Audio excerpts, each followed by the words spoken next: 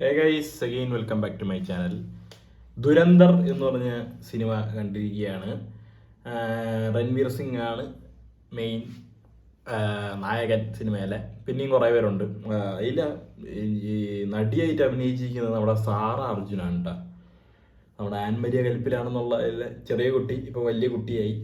പുള്ളിക്കാരി ബോളിവുഡുകാരേക്ക് എത്തി. ഞാൻ ആലോചിക്കണം, മലയാളത്തിലൊന്നും ഞാൻ സിനിമയിൽ പോലും പിന്നെ കണ്ടില്ല, പിന്നെ എങ്ങനെ ബോളിവുഡിൽ എത്തിയെന്നാണ്. നമ്മുടെ ദൈവത്തിന് മുകളിലൊക്കെ ഉള്ള പുള്ളിക്കാരി ആണ് നടി main. Directed by Aditya Dhar. പുള്ളി തന്നെയാണ് എഴുതിയിരിക്കുന്നത്, പുള്ളി തന്നെയാണ് പ്രൊഡ്യൂസും ചെയ്തിരിക്കുന്നത്. വേറെ പ്രൊഡ്യൂസേഴ്സ് ഉണ്ട്. Music by Shashwat Sachdev. ഒരു എന്താ പറയുക, ഒരു റൊമാൻറ്റിക് ഒരു മ്യൂസിക് ഉണ്ട്. പിന്നെ ഈ രൺവീർ സിംഗിൻ്റെ ഇൻട്രൊഡക്ഷൻ കാണിക്കുമ്പോൾ ഉള്ള ഒരു മ്യൂസിക് ഉണ്ട്. അതൊക്കെ നല്ല രസമായിരുന്നു കേട്ടോ. അതൊക്കെ കേൾക്കാനായിട്ട് ഭയങ്കര അടിപൊളിയായിരുന്നു. വികാഷ് നൗലാഖ ആണ് സിനിമാറ്റോഗ്രഫി. ശിവകുമാർ വി പണിക്കരാണ് എഡിറ്റർ. പിന്നെ അഭിനയിച്ചിരിക്കുന്നവർ അർജുൻ രാംപാൽ, മാധവൻ, സഞ്ജയ് ദത്ത്, അക്ഷയ് ഖന്ന, അങ്ങനെ തുടങ്ങിയ കുറേ പേരുണ്ട് സിനിമയിൽ. അപ്പോൾ cinema basically inspired on true events ആണ്. അപ്പോൾ ഇന്ത്യൻ പെട്രിയോട്ടിസം, അതിൻ്റെ കാര്യങ്ങൾ, സംഭവം അത് തന്നെയാണ്. ഇന്ത്യൻ പെട്രിയോട്ടിസം ഒരു എന്താ പറയുക, കഥയിലോട്ട് അധികം ഇറങ്ങാനും പറ്റില്ല. സബ് ടൈറ്റിൽ ഉണ്ടായിരുന്നില്ല. ഞാൻ പണ്ട് ആനിമൽ കാണാൻ പോയപ്പോൾ ഉണ്ടായിരുന്ന അതേ അവസ്ഥയിലാണ് ഞാൻ ഇന്ന് സിനിമയ്ക്ക് പോയിരുന്നത്. അപ്പോൾ എനിക്ക് കുറേയൊക്കെ അവർ പറയണത് ക്യാച്ച് ചേർക്കാൻ പറ്റും, പക്ഷേ അവർ പറഞ്ഞ ഒരു 2 സെക്കൻഡ് കഴിഞ്ഞ് എനിക്കത് എൻ്റെ മൈൻഡിൽ രജിസ്റ്റർ ആവുള്ളൂ. അപ്പോൾ അതിൻ്റേതായ പ്രശ്നങ്ങൾ എനിക്ക് ആ സിനിമ കണ്ടപ്പോൾ ഉണ്ടായിരുന്നു.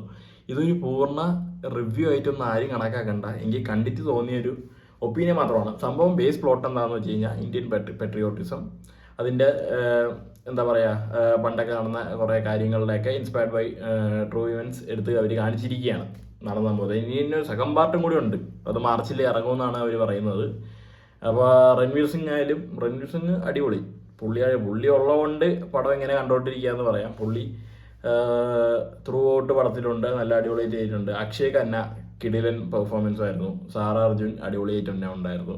സഞ്ജയ് ദത്തിൻ്റെ ഇൻട്രോ, പുള്ളി അവിടെ കാണിച്ചു കൂട്ടിയ കോലാഹലം അടിപൊളി. ഞാൻ പറഞ്ഞു, ആക്ഷൻ സീക്വൻസസ് ഒക്കെ ഓരോ സെറ്റ് പീസസും അടിപൊളിയായിട്ട് തന്നെ അവർ ക്രാഫ്റ്റ് ചെയ്ത് എക്സിക്യൂട്ട് ചെയ്ത് വെച്ചിട്ടുണ്ട്. പിന്നെ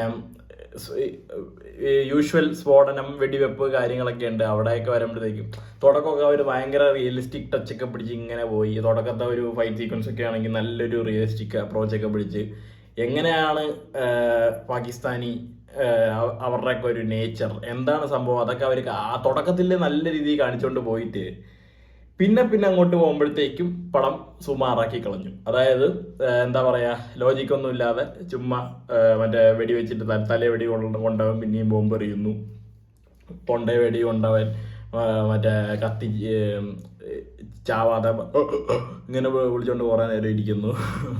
അങ്ങനത്തെ കുറേ കാര്യങ്ങൾ സിനിമയിൽ പറഞ്ഞ് കാണിച്ച് പോയിട്ടുണ്ട്. അപ്പോൾ ഞാൻ പറഞ്ഞില്ലേ, ഇത് റിവ്യൂ ആയിട്ട് കണക്കാക്കണ്ട, ചുമ്മാ കണ്ടോണ്ടിരിക്കാം എന്നുള്ളൊരു സിനിമ. ജസ്റ്റ് ഒരു 1 ടൈം വെച്ച് അതേ പറ്റുള്ളൂ. കാരണം 3.5 മണിക്കൂർ സിനിമ, അതിൽ 1.25-2 മണിക്കൂറിൻ്റെ ഇടയിൽ എന്തോ ഫസ്റ്റ് ഹാഫ് ഉണ്ട്. അത് ഇരുന്ന് മതിയായി. ഫസ്റ്റ് ഹാഫ് എങ്ങനെയെങ്കിലും ഒന്ന് ഇറങ്ങിയാൽ മതി. എന്ന് വെച്ച് കഴിഞ്ഞാൽ സിനിമ ചില സമയത്തൊക്കെ നല്ലോണം എൻഗേജ് ആവും. ചില ഫൈറ്റ് സീക്വൻസൊക്കെ നമ്മൾ പൊളി എന്ന് പറഞ്ഞിരിക്കും.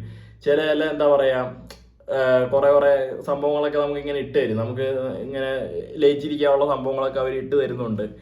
എങ്കിൽ പോലും സെക്കൻഡ് ഹാഫിലോട്ടൊക്കെ വന്നപ്പോഴത്തേക്കും കുറേ റിപ്പീറ്റീവ് എന്നല്ല, ഇതൊക്കെ ഇനിയും എടുത്ത് കാണിക്കണോ, അല്ലെങ്കിൽ ഒരു വെർബലി പറഞ്ഞ് പോയാൽ പോരെ എന്ന് തോന്നുന്ന കുറച്ച് പോർഷൻസ് ഉണ്ട്. അതൊക്കെ ഒന്ന് ട്രിം ചെയ്ത് റെഡിയാക്കി ഒരു 2.5-2.25 മണിക്കൂർ. കാരണം എനിക്കറിയാം, കഥ എസ്റ്റാബ്ലിഷ് ചെയ്യാൻ അതിൻ്റേതായ സമയം വേണം, ക്യാരക്ടർ എസ്റ്റാബ്ലിഷ് ചെയ്യാൻ അതിൻ്റേതായ സമയം വേണം, എല്ലാത്തിനും അതിൻ്റേതായ ടൈം കൊടുത്ത് അവർ പതുക്കെയാണ് ചെയ്തിരിക്കുന്നത്. ഇതെന്തോ 7 hour കട്ട് മൂവി ആയിരുന്നു. അവർ എടുത്തു വെച്ചപ്പോഴത്തേക്ക് 7 മണിക്കൂറെന്തോ ഉണ്ടായിരുന്നു. അതിനെ 2 ഭാഗമാക്കി 3.5 ആക്കി. ഇനിയിപ്പോൾ രണ്ടാമത്തെ പാർട്ട് മാർച്ച് 19 ഇറങ്ങുമെന്നാണ് അവർ ആവശ്യപ്പെടുന്നത്. അപ്പോൾ പടം എന്തായാലും അതും കണ്ടു നോക്കാം. അപ്പോൾ സംഭവം കൊള്ളാം, നല്ലൊരു രസമായിരുന്നു. പിന്നെ ടിക്കറ്റ് വരെ 122 രൂപ ഉണ്ടായിരുന്നുള്ളൂ. ഒരു കാർഡ് ഓഫർ വഴി അങ്ങനെ കിട്ടിയതുകൊണ്ട് PR ഇപ്പോൾ ഇരുന്ന് കണ്ടു. അപ്പോൾ പടം കൊള്ളാം എന്ന് വെച്ചാൽ കണ്ടോണ്ടിരിക്കാൻ കൊള്ളാം. പക്ഷെ എന്താ പറയുക, യൂഷ്വൽ ടെംപ്ലേറ്റഡ് പടങ്ങൾ കാണുന്ന പോലെ തന്നെ ആ തുടക്കത്തിൽ ഒരു റോനെസ്സും ഒരു സംഭവങ്ങളൊക്കെ ഉണ്ടായിരുന്നെങ്കിലും ഒരു നാച്ചുറാലിറ്റി പിടിക്കാൻ അവർ നോക്കിയിരുന്നെങ്കിലും പിന്നെ അവസാനത്തേക്കൊക്കെ എത്തിയപ്പോഴത്തേക്കും പടം അങ്ങ് കത്തി പടം തന്നെ ആയിപ്പോയി. അപ്പോൾ അത്രേ പറയാനുള്ളൂ. രൺവീർ അടിപൊളിയാണ്, അക്ഷയ് ഖാൻ അടിപൊളിയായിട്ടുണ്ട്, സഞ്ജയ് ദത്ത് തൂക്കിയിട്ടുണ്ട്. അപ്പോൾ മൊത്തത്തിൽ പിന്നെ റേറ്ററാണ് അറിയാമല്ലോ, പിള്ളേരൊന്നും വിളിച്ചുകൊണ്ട് പോകരുത്, അമ്മാതിരി ബ്രൂട്ടലായിട്ടുള്ള അതൊക്കെ കൊള്ളാം. ഇങ്ങനത്തെ ബ്രൂട്ടാലിറ്റി ഫൈറ്റ് സീക്വൻസ് സംഭവങ്ങളൊക്കെ എനിക്ക് പൊതുവേ ഭയങ്കര ഇഷ്ടമാണ്.